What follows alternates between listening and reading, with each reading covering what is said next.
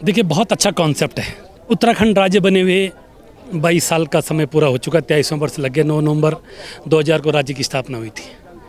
हम इस प्रोग्राम को 2 भागों में देखते हैं। एक, राज्य बनने से पहले क्या था, और राज्य बनने के बाद जो 22-23 साल का जो समय लगा, जो अभी उत्तराखंड युवा अवस्था में, उस समय को हम लेते हैं। संवाद कार्यक्रम रखा गया। कार्यक्रम का जो कॉन्सेप्ट है कि 2047 यानी देश की आज़ादी के जब 100 वर्ष पूरे हो जाएंगे, तब देश की दशा और दिशा, हमारे प्रदेश की दशा और दिशा, और इस क्षेत्र को हम लोग जो खासकर जो प्लान है उसको रिवर्स प्लान कैसे हो, ये सारे विषय रखे गए हैं।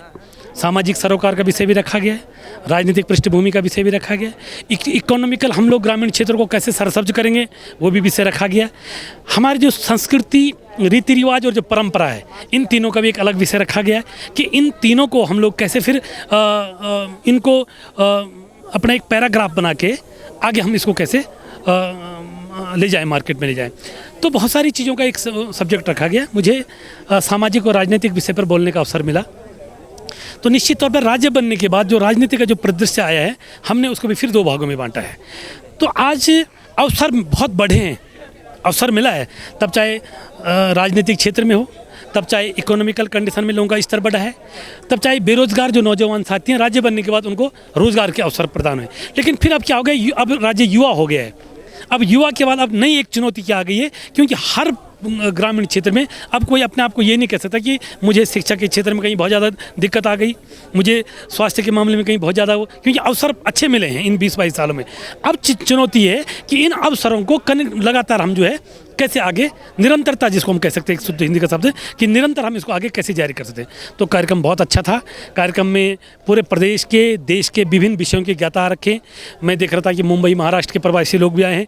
मैं देख रहा था संस्कृत के बहुत विद्वान लोग भी आए हैं, राजनीतिक और आर्थिक विषयों के भी बहुत विद्वान लोग आए हैं, और देहरादून से भी बहुत एक नई पीढ़ी के जो नौजवान है वो भी यहाँ पर आ रखे। तो और हमारी गाँव की माताएँ बहनें भी कार्यक्रम को देख रही है। अच्छा कॉन्सेप्ट है, और इस तरह के कार्यक्रम जब गांव में होंगे तो लोग गांव की तरफ आएंगे, और गांव के जो रिवाज हैं, जो परंपरा हैं, जो संस्कृति है, जो कल्चर है, उसकी ओर एक बार फिर जो है खूब लोगों का जुड़ाव रहेगा। देखिए, तो आपने बहुत अच्छा सवाल किया, और बहुत महत्वपूर्ण सवाल है मेरे लिए, क्योंकि मेरी ये जन्मभूमि है। ये हिरवाल गाँव है जहाँ हम अभी खड़े हैं। द्वापर युग में भगवान श्री कृष्ण के लिए कहते हैं कि जब केदार खंड की यात्रा में भगवान श्री कृष्ण आए तो एक काली सर्पनाग थे। काली सर्पनाग इतना भारी विशाल काय था कि उनकी माता जी ने कहा कि भाई ये काली सर्पनाग को तुम जो है कहीं अपने छोड़ के आ जाओ कहीं।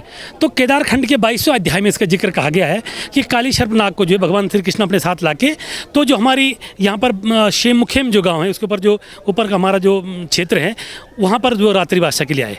तत्कालीन राजा गंगू रमोला यहाँ के हुआ करते थे। यहाँ के जो गणपति थे वो गंगू रमोला उस समय हुआ करते थे।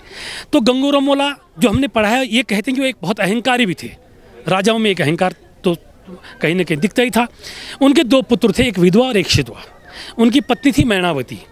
तो जब भगवान श्री कृष्ण जब यहाँ आए, वो ये चाहते थे कि मुझे रात्रिवासा के लिए थोड़ा जगह कहीं मिले, लेकिन गंगू रमोला अहंकारी थे, उन्होंने जगह नहीं दी। उन्होंने कहा भाई तुम कैसे मेरी जगह पे आ जाओगे और तुम कौन हो। फिर भगवान श्री कृष्ण ने अपने बहुत सारे रूप धारण करे। इतना भी कहा जाता है कि गंगू रमोले की हजारों लाखों भैंस गाय हुआ करती थी। तो जब भगवान श्री कृष्ण ने अपना रूप दिखाया तो वो सारी शिला बन गई थी, ये भी कहा गया है। तो उसके बाद वो समझ उनकी जो पत्नी थी मैनावती, वो समझ गई थी कि ये कोई साधारण पुरुष नहीं है, ये कोई बड़ा महामानव कोई साधारण नहीं है।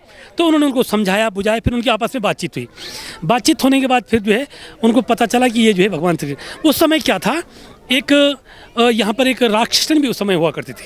उस राक्षसन का बड़ा भारी दूसरे तरह का आतंक मचा रखा था। तो भगवान गंगू रमोल ने उनसे कहा, भगवान से कहा कि एक विनती हमारी है कि इस राक्षसन का वध करके यहाँ की जनता को थोड़ा जो है आप राहत दिलाओ। तो भगवान श्री कृष्ण ने उनका जो है नाश भी यहाँ पर किया था।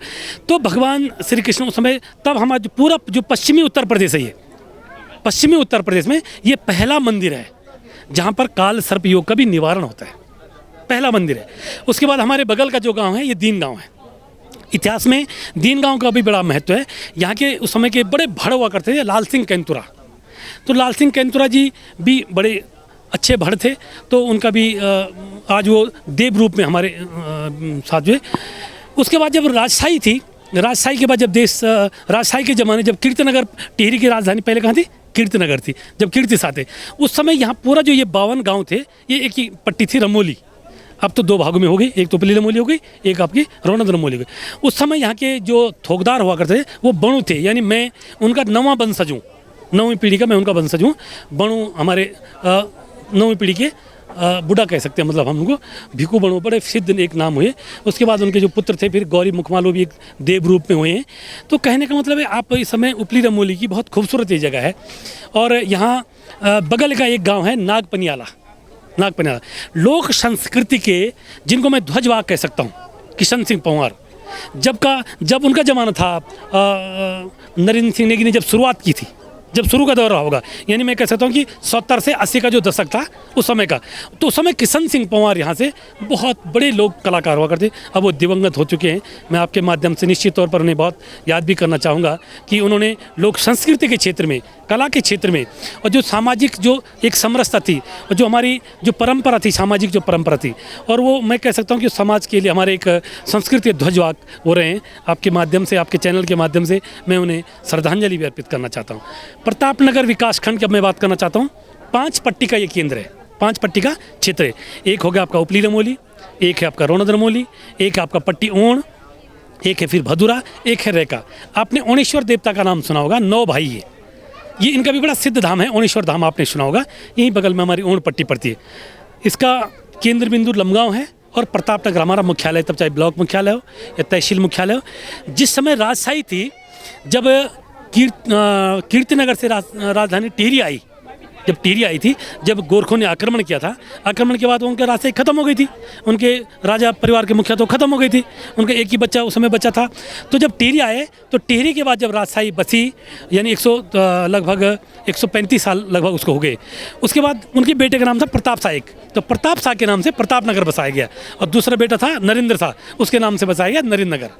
तो प्रतापनगर भी बहुत खूबसूरत जगह है, पुराने राजमहल के आज भी बड़े अवशेष भी, और अभी 1-2 भवन वहाँ पर आज भी अच्छे हैं। और टिहरी बांध का जो झील है, जब टिहरी डूब गया था, उसके बाद जो झील बना, लगभग 42 वर्ग किलोमीटर का एरिया उसका है, वो भी वहाँ से बहुत सामने दिखता है एकदम। और ठीक अगर आप सीधा चलेंगे तो वहाँ एक खैटा की आछरी, पीड़ी की भराड़ी, इनका भी पुराने गीतों में आपने जिक्र सुना होगा, ये भी बिल्कुल उसके नज़दीक है। यहाँ सामने मेरे सामने दिनाली देवी का भी पर्वत है, बहुत सिद्ध देवी है। तो कहने का तात्पर्य कि ये रमणीक क्षेत्र भी है, तो बहुत खूबसूरत क्षेत्र है। घने बांज, बुरांस, देवदार, जो प्राकृतिक वन संपदा है यहाँ की बहुत अच्छी है। हमने आज जो भोजन किया, ये घर का चावल हमने खाए, यानी हम लोग कैसे चाइना बोलते हैं हम लोग उसको ना, चाइना चावल हम लोग उसको बोलते हैं। तो इस तरह का एक अच्छा कार्यक्रम है और आप सब भी आए हैं, आप सबका धन्यवाद।